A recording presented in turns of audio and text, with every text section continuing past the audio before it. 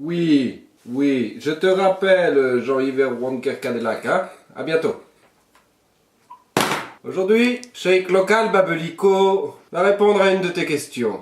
La semaine dernière, sur un salon, nombre de ménagères qui passaient sur notre stand pour faire leurs emplettes, et à la vue de tartines, qu'elles soient orange, verte, violette, disaient systématiquement « Oh, mais il a l'air bon, votre tartinable à l'artichaut !»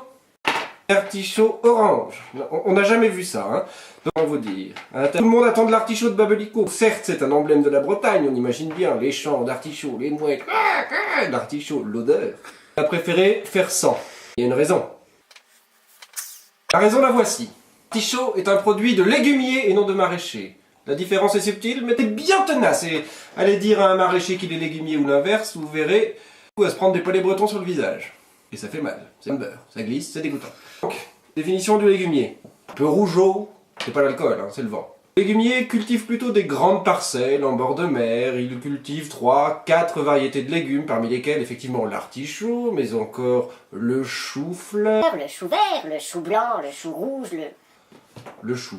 L'artichaut est plutôt un produit de légumier, un produit de grande culture. C'est assez technique comme culture, et puis il faut des grandes surfaces. Pourquoi des grandes surfaces ? Parce qu'un pied d'artichaut, ça prend de la place. Ça, c'est la première des choses. Et puis, c'est une culture qui doit rester en place pendant 3 ans à peu près.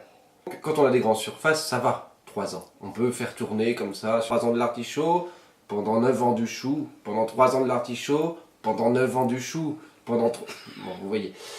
Le maraîcher a un fonctionnement un petit peu différent. On est déjà sur des beaucoup plus petites surfaces. On ne cultive pas 3 à 4 variétés de légumes, on va plutôt en cultiver entre 20 et 80 pour certains. C'est bien normal, hein, c'est pas le même métier en fait. Et puis les débouchés de ces différentes productions sont complètement différents. Pour un légumier, les débouchés vont être plutôt via des systèmes coopératifs, des systèmes de vente en gros qui vont alimenter les grandes surfaces, qui vont les marchés de l'export. Pour les maraîchers, il n'y a pas de raison d'être dans ces fonctionnements-là. On est sur des fonctionnements beaucoup plus petits, c'est les gens que vous allez retrouver sur vos marchés, c'est les gens qu'on va retrouver dans les AMAP, c'est les gens qui vont faire des systèmes de paniers, etc. Donc ils vont devoir cultiver une diversité importante de légumes pour que les clients puissent venir chez eux et finalement avoir tout leur panier de légumes pour la semaine.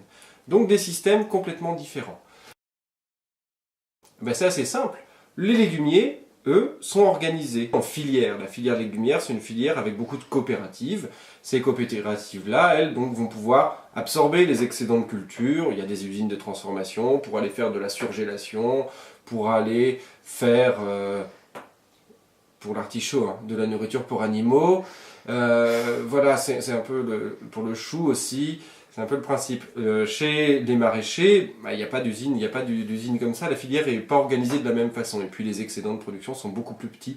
Et c'est pour ça que Babelico travaille avec ces petits maraîchers-là, et pas avec des légumiers.